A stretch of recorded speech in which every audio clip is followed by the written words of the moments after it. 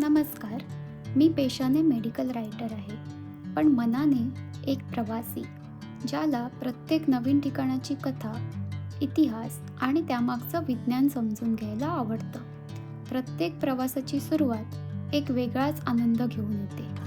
नवीन ठिकाण, नवीन अनुभव आणि अनेक सुंदर आठवणी. या सगळ्यांची उत्सुकता मनात घेऊन आज मी माझ्या पहिल्या ट्रॅव्हल ब्लॉगची सुरुवात करत आहे. त्यामुळे थोडी उत्सुकता आहे, थोडी धडधडही, पण त्याहून जास्त आनंद आहे, कारण आज आपण एकत्र अनुभवणार आहोत भारतातील सर्वात पवित्र आणि सुंदर ठिकाणांपैकी एक असं रामेश्वरम. तर चला या अविस्मरणीय प्रवासाची सुरुवात करूया. हिंदू धर्मातील 4 धामांपैकी एक असलेलं हे ठिकाण भगवान श्रीरामांशी जोडलेलं आहे. असं मानलं जातं की लंकेकडे जाण्यासाठी श्रीरामांनी याच ठिकाणाहून रामसेतू बांधण्यास सुरुवात केली होती.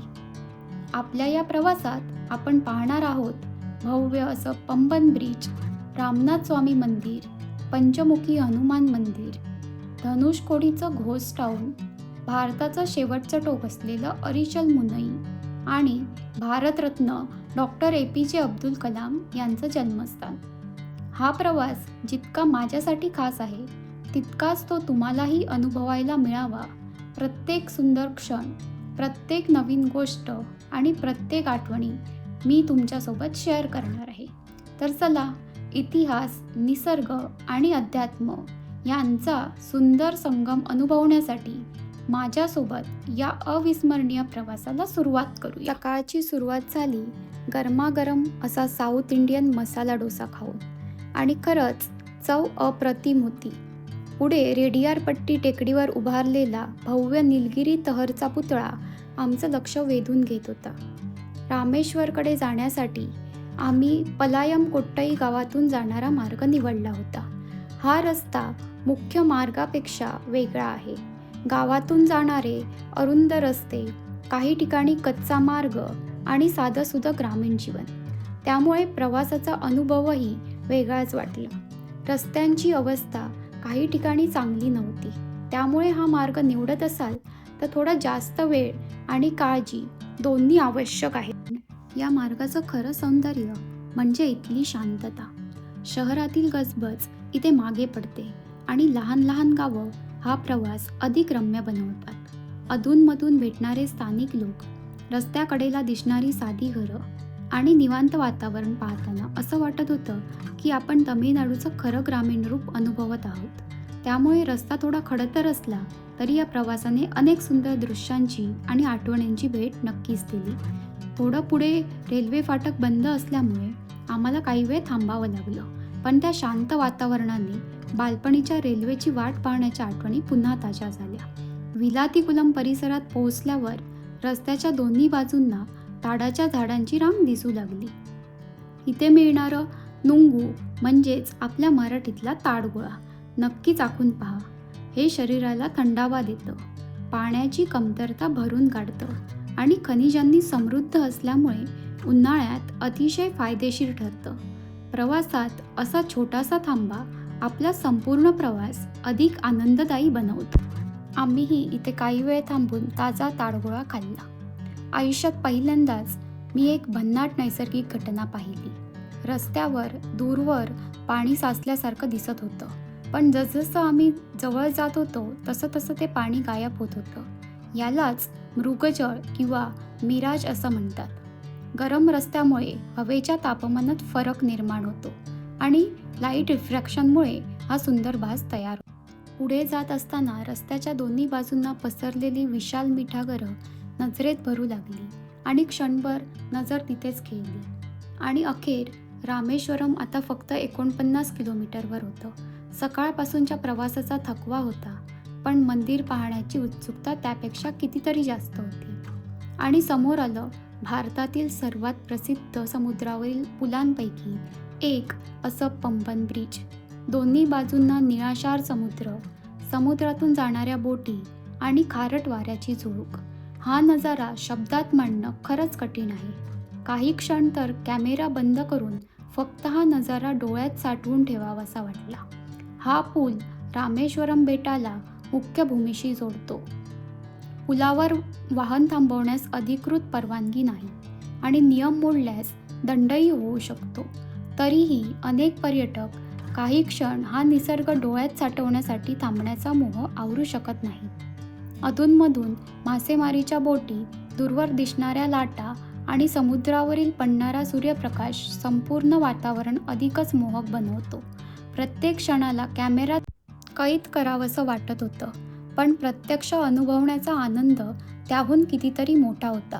रामेश्वरमला जाणाऱ्या प्रत्येक प्रवाशासाठी पंबन ब्रिज ओलांडणं हा फक्त प्रवासाचा भाग नसून आयुष्यभर लक्षात राहणारा एक अविस्मरणीय अनुभव ठरतो हे नक्की.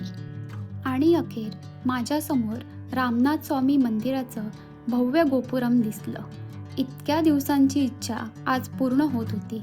तो क्षण शब्दात सांगणं खरंच कठीण आहे. या मंदिराची सर्वात मोठी ओळख म्हणजे जगप्रसिद्ध दगडी कॉरिडॉर. शेकडो सुंदर कोरीव खांबांनी सजलेला हा परिसर पाहताना वेळ कसा जातो तेच कळत नाही. मंदिरात प्रवेश करताच एक वेगळीच शांतता जाणवते.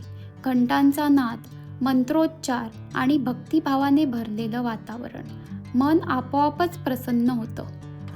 लहान बाळांसोबत येणाऱ्या कुटुंबासाठीही इथे चांगली व्यवस्था आहे. मंदिर परिसरात स्वतंत्र फीडिंग रूम उपलब्ध असल्यामुळे पालकांना मोठा दिलासा मिळतो. मंदिरात प्रवेश करण्यासाठी वेगवेगळ्या रांगा आहेत. सामान्य दर्शनासाठी मोफत रांग आहे, तर जलद दर्शनासाठी सुमारे 100 रुपयांचे विशेष तिकीटही उपलब्ध आहे. तुमच्या वेळेनुसार तुम्ही पर्याय निवडू शकता. मंदिर परिसरात अनेक छोटी छोटी दुकाने आहेत. इथे शंखशिंपल्यांपासून बनवलेले दागिने, देवांच्या मूर्ती, फ्रीज मॅग्नेट, पूजेचे साहित्य आणि स्थानिक हस्तकला सहज मिळते. आठवणी म्हणून काहीतरी नक्की घेऊन जा. रामेश्वरमचं सौंदर्य फक्त दिवसाच नाही तर रात्रीही तितकंच मोहक दिसतं. आजचा आमचा मुक्काम होता तो म्हणजे हरीश पॅलेसमध्ये. दुसऱ्या दिवशी सकाळी लवकर उठून आम्ही पुढच्या प्रवासासाठी तयार झालो. आजचा पहिला थांबा होता तो म्हणजे पंचमुखी हनुमान मंदिर. रामेश्वरमला भेट देताना धनुषकोडीला न जाता प्रवास पूर्णच होत नाही. पूर्वी हे एक गजबजलेलं गाव होतं, पण 1964मधील भीषण चक्रीवादळात संपूर्ण गाव उद्ध्वस्त झालं. आजही तिथे जुन्या चर्चचे अवशेष, रेल्वे स्टेशनचे भग्नावशेष आणि निसर्गाच्या ताकदीची साक्ष देणाऱ्या अनेक खुणा पाहायला मिळतात. रामेश्वरम ते धनुषकोडीचा प्रवास हा स्वतःमध्येच एक अनुभव आहे. दोन्ही बाजूंना अथांग समुद्र, मध्ये लांब सरळ रस्ता आणि सतत सोबत करणारा समुद्री वारा. प्रत्येक वळणावर फोटो काढावासा वाटतो. धनुषकोडीला घोस्ट टाऊन म्हणूनही ओळखलं जातं, पण इथे भीतीपेक्षा निसर्गाचं अप्रतिम सौंदर्य जास्त जाणवतं. शांत समुद्र, स्वच्छ किनारा आणि सभोवताली पसरलेलं निळं आकाश. इथे काही क्षण थांबल्यावर वेळ कसा जातो हे समजतच नाही. रामेश्वरमला आलात तर हा अनुभव नक्की घ्या. धनुषकोडीला पोहोचल्यानंतर सर्वप्रथम जाणवते ती इथली शांतता. गर्दी असूनही समुद्राच्या लाटांचा आवाज आणि वाहणारा वारा मनाला एका वेगळ्याच विश्वात घेऊन जातो. उद्ध्वस्त झालेल्या इमारतींचे अवशेष पाहताना निसर्गाच्या सामर्थ्याची जाणीव होते, तर त्याच वेळी या भूमीचा इतिहास डोळ्यांसमोर उभा राहतो. सूर्यास्ताच्या वेळी तर धनुषकोडीचं सौंदर्य आणखीनच खुलून दिसतं. समुद्रावर पडणाऱ्या सोनेरी किरणांमुळे संपूर्ण परिसर एका वेगळ्याच रंगात न्हावून जातो. कॅमेऱ्यात कितीही फोटो किंवा व्हिडिओ कैद केले तरीही प्रत्यक्ष डोळ्यांनी पाहिलेला हा नजारा अधिकच अविस्मरणीय वाटतो. धनुषकोडीला घोस्ट टाऊन म्हणूनही ओळखलं जातं, पण इथे भीतीपेक्षा निसर्गाचं अप्रतिम सौंदर्य जास्त जाणवतं. शांत समुद्र, स्वच्छ किनारा आणि सभोवताली पसरलेलं निळं आकाश. इथे काही क्षण थांबल्यावर वेळ कसा जातो ते समजतच नाही. एक महत्त्वाची सूचना, शक्य असेल तर धनुषकोडीला आठवड्याच्या शेवटी जाणं टाळा. शनिवारी रविवारी पर्यटकांची मोठी गर्दी असल्यामुळे वाहतूक कोंडी होते आणि प्रवासाचा बराच वेळ त्यात जातो. शक्य असल्यास आठवड्याच्या इतर दिवशी जाण्याचा प्रयत्न करा. तसंच सकाळी लवकर किंवा संध्याकाळच्या सुमारास पोहोचण्याचा प्रयत्न केल्यास गर्दी तुलनेने कमी असते आणि हवामानही अधिक आल्हाददायक वाटतं. त्यामुळे निवांतपणे फिरता येतं, फोटो आणि व्हिडिओ शूट करण्यासाठी पुरेसा वेळ मिळतो आणि या सुंदर ठिकाणाचा खरा आनंद कोणत्याही घाई गडबडीशिवाय घेता येतो. आणि अखेर आम्ही पोचलो अरिचल मुन्नई. भारताच्या भूमीचा हा शेवटचा टप्पा आणि पुढे फक्त अथांग समुद्र. या ठिकाणी उभं राहिल्यावर एक वेगळीच भावना मनात दाटून येते. समोर श्रीलंका आणि फक्त समुद्राचा अथांग विस्तार. इथे नारळ पाणी, फळांचे सलाड आणि शंख शिंपल्यांपासून बनवलेल्या अनेक वस्तूंची अनेक छोटी दुकानं दिसतात. परतीच्या वाटेवर समुद्र किनाऱ्यावरील छोट्या हॉटेलमध्ये मिळणारं ताजं सीफूड चाखायला अजिबात विसरू नका. जर तुम्ही सीफूड प्रेमी असाल तर हा भाग तुमच्यासाठी अगदी स्वर्गच आहे. रामेश्वरम म्हटलं की आणखी एक नाव आपोआप आठवतं.